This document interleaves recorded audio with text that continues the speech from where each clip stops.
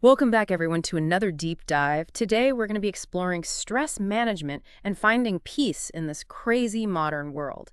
And to help us with that, we'll be diving into a really interesting YouTube interview I found with a Tibetan Buddhist monk, Gelong Thubten, from a channel called Begin Again with Davina McCall. Sounds fascinating. Yeah, and get ready for some surprising insights. We'll be looking at things like, battling phone addiction, the myth of clearing your mind in meditation, and the idea of discomfort actually being beneficial. Okay.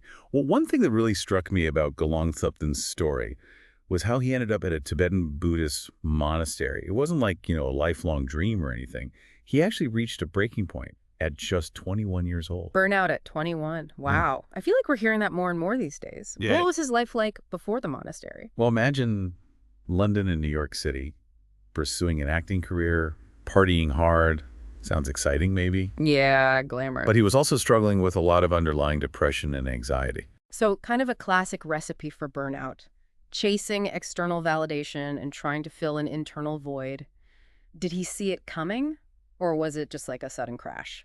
He describes it as a complete collapse, like a sudden heart attack. His doctor basically told him, slam on the brakes, you need a total lifestyle overhaul. And that's when he decided to try a year at a Tibetan Buddhist monastery. Wow. In Scotland. Okay. And not as a lifelong commitment, just as a reset. A year of celibacy, no drugs or alcohol, and intense meditation. That's a pretty radical shift. Did he find it hard to adapt to such a strict lifestyle? It's funny, he actually found it incredibly freeing. He talks about feeling like he could finally breathe after years of pushing himself, to the limit. The structure and simplicity of the monastery life provided a sense of relief. I can see how stripping away all the excess and distractions of modern life could be calming in a way. Makes me think about, our own relationship with things like social media and, constant connectivity. But let's talk about the meditation aspect. A lot of people, myself included, have this image of meditation as trying to empty your mind, completely. Is that accurate? That's a super common misconception. And even Thubten himself struggled with that at first. Yeah. He actually hated meditation because he thought he was doing it wrong every time a thought popped up. Right. Which is like constantly for most of us. Exactly. So if it's not about emptying your mind, what is the goal of meditation from his perspective? Well, Thubten explains that thoughts aren't the enemy. They're not something to be, suppressed or feared. Instead, they're actually opportunities to practice, to gently guide your attention back to, to your chosen focus, like the breath, for example. Okay. So it's more about recognizing when your mind has wandered and then gently steering it back, like bringing a car back onto the road after you've drifted a bit. Yeah, that's a great analogy. And he says that that's the real power of meditation, developing that control over your mind. You're not eliminating thoughts altogether. It's about strengthening that mental muscle of attention. That takes the pressure off a bit, doesn't it? It's not about achieving this impossible state of emptiness, but more about practice and progress. Did he share any experiences from his time at the monastery that illustrate this concept? Yeah, he did. His journey to self-acceptance was a gradual process. But there was one experience in particular that was a real turning point for him. He went on a solitary retreat for 4 years. 4 years? Yeah. Complete isolation, meditating for hours each day. Wow, that's intense. Was it a positive experience for him? Well, he describes the first half of the retreat as pure hell. He went in with this idea that he would, suppress all of his difficult emotions and, try to appear serene and spiritual, right? Okay. But with no one to perform for, all of those suppressed feelings just came rushing to the surface. So it was almost like the isolation backfired. He was running from himself in the outside world, and then suddenly he was trapped with himself in this, really intense way. Exactly. He was overwhelmed with depression, anxiety, even physical pain. He described it as this persistent pain in his chest, like a knife twisting constantly. Wow, that's heavy. So how did he get through that? Did he abandon the retreat? He thought about it, yeah. But he decided to try a different approach. Instead of pushing away the pain, he made it the focus of his meditation. He just sat with it, allowing himself to experience it fully. That seems so counterintuitive. Yeah. Wouldn't focusing on the pain just make it worse? I know I tend to avoid, uncomfortable feelings whenever possible. It's not easy, that's for sure. But that's where his deep understanding of meditation really shines through, I think. By turning the pain into his object of meditation, his entire relationship with it shifted. He learned to stop fighting it, to stop hating himself for feeling it. So it was about embracing the discomfort rather than trying to escape it. Exactly. And what's remarkable is that he says the second half of the retreat was completely different. He finally started to enjoy meditation because it was no longer about escaping his emotions, but about accepting them. That's a powerful lesson. It makes you think about how much energy we waste trying to avoid discomfort in our own lives, especially in, today's world where we're constantly bombarded with messages about seeking comfort and happiness. Yeah. And that brings us to one of Thubten's most, I think, thought-provoking ideas, that we're living in a crisis of comfort. A crisis of comfort. I'm intrigued. What does he mean by that? He believes we've become so obsessed with seeking comfort and avoiding discomfort that we've actually become like more fragile and less resilient as a society. What do you think? It definitely resonates with me. We're constantly, trying to optimize our lives for happiness and ease, but I can see how that might actually make us more vulnerable to suffering. Do you think this ties into our relationship with technology and our constant need to be connected? Absolutely. He talks about how our attachment to devices, especially phones and social media, have created this like state of perpetual fight or flight. We're Yeah. constantly bombarded with information and notifications, demands for our Yeah, attention. it's like we're living in this perpetual state of like low-grade panic. Yeah. Always on edge, always anticipating the next, notification or alert. Exactly. And he points out that, we used to have a choice when it came to consuming news and information. Yeah. Now it's constantly being, pushed on us, often designed to trigger our fear and anxiety. So in a sense, we've kind of lost control of our own attention. It feels like this crisis of comfort has led to like a crisis of attention. Yeah. We're so busy seeking comfort and distraction that we've become disconnected from ourselves and from the present moment. And that's why Thubten believes that meditation is so crucial in the modern world. He sees it as the antidote to this, like digital overload and the anxiety creates. But realistically, most of us can't escape to a monastery for 4 years. Right. So how can we integrate these principles into our busy, tech-filled lives? Well, that's where his idea of micro-meditations comes in. He encourages people to practice like brief moments of mindfulness throughout the day. I love this idea. It's like bite-sized meditation for the modern attention span. What are some examples of these micro-meditations? He suggests simple things like mindfully washing your hands, or feeling the ground beneath your feet, or simply becoming aware of your breath for a few seconds. He even talks about turning those, frustrating moments, like waiting in line or being stuck in traffic, into opportunities for practicing mindfulness. So instead of getting annoyed and impatient, we can use those moments as like mini meditation retreats. Exactly. That's brilliant. And by practicing these micro-meditations consistently, you're building that mental muscle, that ability to access calm and presence, even in those challenging situations. I know it sounds, a little simplistic, but have you ever tried incorporating, micro-meditations into your day? I've dabbled. But I have to admit, I'm not always consistent. Sometimes I get so caught up in the rush of the day that I forget to, pause and connect.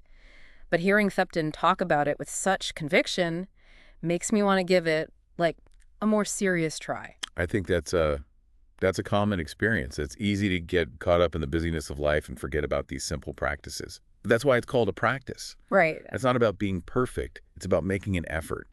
And I think Thubten's story really shows how powerful even small moments of mindfulness can be. It's definitely inspiring. Speaking of inspiring, I'm also really interested in Thubten's perspective on forgiveness. He emphasizes that it's not about condoning harmful actions, but about recognizing that holding on to resentment ultimately harms us more than anyone else. It's like carrying around this heavy weight, it only weighs us down. He really hits on something important there. Forgiveness is about freeing ourselves from the burden of anger and bitterness. And he believes that meditation can help us cultivate compassion, even for those who have, hurt us deeply. Because it allows us to see things from a different perspective, right? To understand that the people who hurt us are often acting out of, their own pain and confusion. Instead of seeing them as monsters, we can start to see them as, fellow humans who are struggling just like we are. Precisely. And that shift in perspective can be incredibly liberating. It allows us to let go of the anger and resentment that's weighing us down and to choose compassion instead. That's a powerful idea.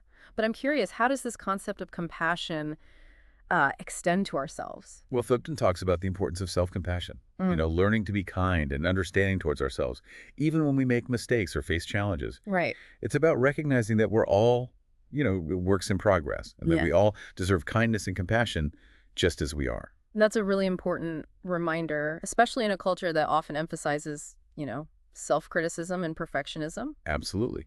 And I think is a crucial part of finding true inner peace. Speaking of peace, I'm curious to hear more about Thubten's experience with celibacy. It's obviously a significant part of his life as a monk, and I'm sure some listeners are wondering about his perspective on it.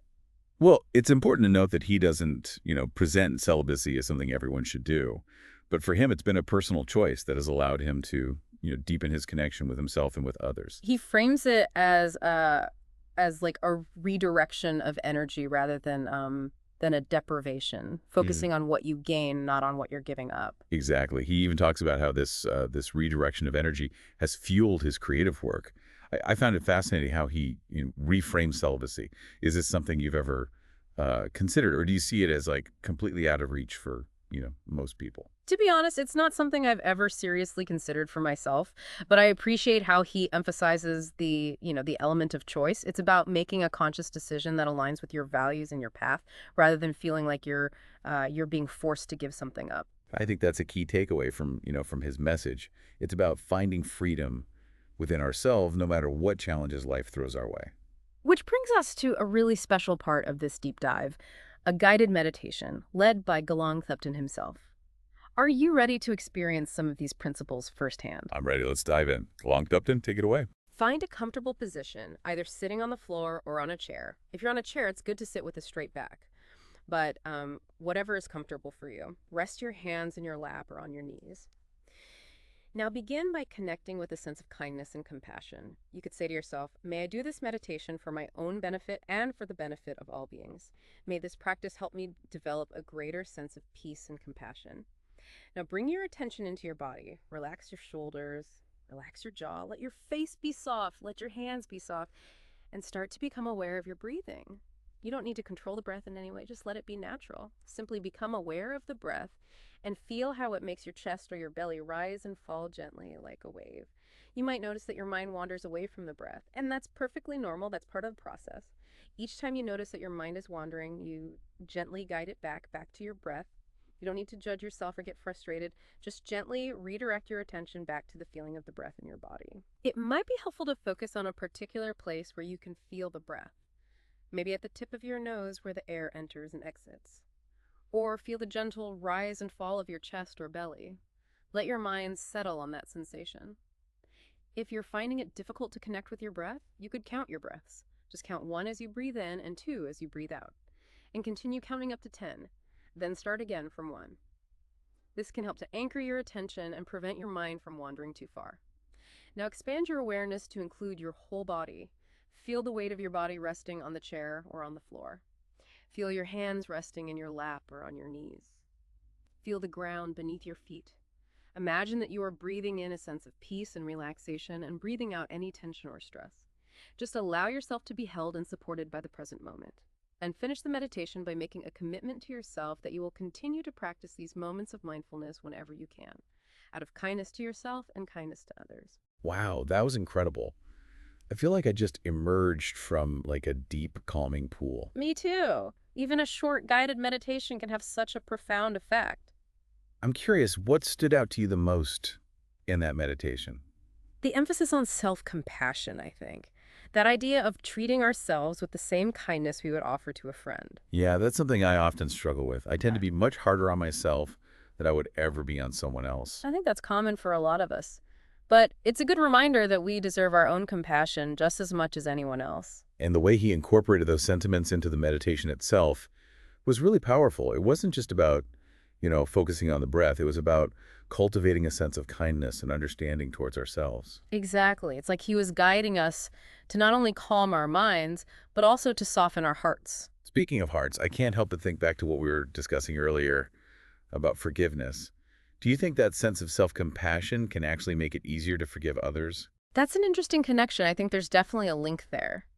When we're able to be kind and understanding towards ourselves, It opens up space for us to extend that same compassion to others. It's like we're breaking down those walls of judgment and resentment, both towards ourselves and towards others. And replacing them with a sense of shared humanity, that understanding that, we're all in this together. We all make mistakes. We all have our struggles. And we all deserve compassion, Yeah. whether we're struggling with our own inner critic or trying to forgive someone who has hurt us. It's a powerful reminder, and one that I think is essential for navigating the, complexities of human relationships. So if we're trying to apply these principles to our everyday lives, what are some practical steps we can take? We've talked about micro-meditations, but what about those bigger challenges like dealing with, difficult people or processing painful emotions? Well, I think it starts with awareness, becoming more conscious of our thoughts, our emotions, and our reactions. So paying attention to those moments when we're getting like hooked by anger or resentment or self-criticism. Exactly. And then instead of getting swept away by those emotions, we can pause, take a breath, and choose a different response. That sounds a lot easier said than done, especially when you're, in the heat of the moment. It definitely takes practice, but that's what's so great about these tools. They're skills that we can develop over time. The more we use them, the stronger they become. Like building mental muscles. Exactly. And like any muscle, it takes consistent effort to build strength and resilience. I'm also curious about how we can apply these principles to our relationship with technology. Right. We talked earlier about how our constant connectivity can, create a state of anxiety and overwhelm. Do you think meditation can help us break free from that, digital addiction? I think it can play a significant role. Meditation helps us cultivate a sense of presence, of being fully engaged in the current moment. Which is the opposite of how we often engage with technology. Right? Yeah. We're constantly scrolling, checking, multitasking, never fully present in like any one moment. Right. And that scattered attention can be incredibly draining. It fragments our focus and, leaves us feeling depleted. So by practicing meditation, we're essentially training ourselves to be more mindful, more present, and less susceptible to the allure of distractions. Exactly. It's like we're strengthening our attention muscle so that we can choose how we spend our time and energy. Instead of being pulled in a million different directions by, notifications and alerts. Precisely. We regain control over our attention and ultimately over our own well-being. This has been an incredible deep dive. I feel like I've gained so much valuable insight from Gelong Thubten's teachings, but I have to admit I'm still a bit skeptical about whether I can, truly integrate these practices into my daily life. I understand your skepticism. It's easy to feel overwhelmed by all the information and advice out there. But I think the key is to start small. You mean not trying to, like, overhaul my entire life overnight? Exactly. Choose one small practice that resonates with you and commit to doing it consistently for a week or even just a day. Maybe those micro meditations, they seem like a manageable starting point. That's a great idea. Or perhaps try setting aside just 5 minutes each day for a simple breathing meditation. The key is to, make it a habit, something you do regularly without overthinking it. And to be patient with yourself, knowing that it's a process, not a destination. Exactly. Don't get discouraged if your mind wanders or if you, miss a day or two. Just keep coming back to the practice with a sense of kindness and curiosity. I love that. Kindness and curiosity. Those seem like essential ingredients for any kind of, personal growth. Absolutely. And I think they're particularly important when it comes to exploring these practices. It's not about being perfect. It's about being open, willing to experiment, and to learn from our own experiences. So if we're looking to cultivate more peace and presence in our lives, where do we go from here? What's the next step? I think the most important step is to, make a conscious choice to prioritize our own well-being. To carve out time for those practices that nourish our minds and hearts. Exactly. Even if it's just a few minutes each day. And to remember that it's an ongoing journey, not a, one-time fix. Precisely. It's about cultivating a new way of being, a way of life that prioritizes peace, compassion, and presence. And to approach that journey with kindness, curiosity, and a sense of humor. Absolutely. After all, life is too short to take ourselves too seriously. So let's take a deep breath, reconnect with our inner peace, and step forward into the world with a renewed sense of purpose.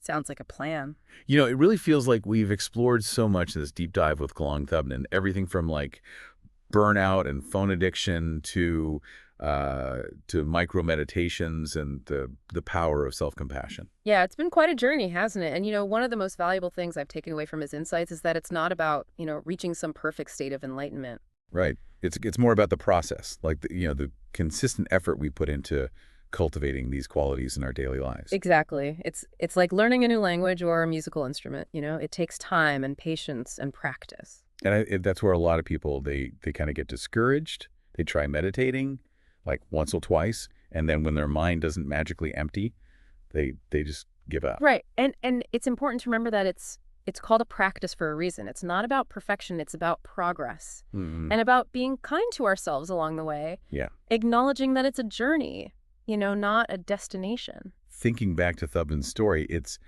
pretty amazing how his path to becoming a monk wasn't like this straight line. He didn't have, some grand epiphany or a sudden awakening. Yeah, it was more like this gradual unfolding, Yeah. a process of, trial and error, of facing his own demons and learning to embrace discomfort. And I think that's something a lot of us can relate to. Life rarely goes according to plan, and we often find ourselves, facing these unexpected challenges. Oh, yeah. And those challenges can actually be opportunities for growth and for learning and for deepening our understanding of ourselves. Yeah, like that saying, the obstacle is the path. Exactly. And I really think Thubten's story is like a beautiful illustration of that principle. So as we wrap up this deep dive, what are some, key takeaways that you hope listeners will carry with them? Well, I hope they'll remember that, peace and presence aren't some, elusive state we need to achieve. They're qualities that we can cultivate through practice, moment by moment. Yeah. And that even those, small acts of mindfulness, like those micro meditations we discussed, can make a really big difference in our overall well-being. Absolutely. And I also hope they'll remember the power of self-compassion, Mm-hmm. of treating themselves with, the same kindness and understanding that they would offer to a friend. Mm-hmm. It's so easy to get caught up in self-criticism, but ultimately that only creates more suffering. Right. True peace and happiness come from, a place of self-acceptance, Yeah. of embracing ourselves just as we are. And finally, I hope listeners will be inspired by Gelong Thubten's story to kind of embark on their own journeys of self-discovery, to explore those practices that resonate with them, and to keep seeking those moments of peace and presence in their daily lives. It's been a real pleasure diving deep into this topic with you. Thank you for sharing your insights. And to our listeners, thank you for joining us on this journey. We hope you found it valuable. Until next time, may you find peace and presence in each moment.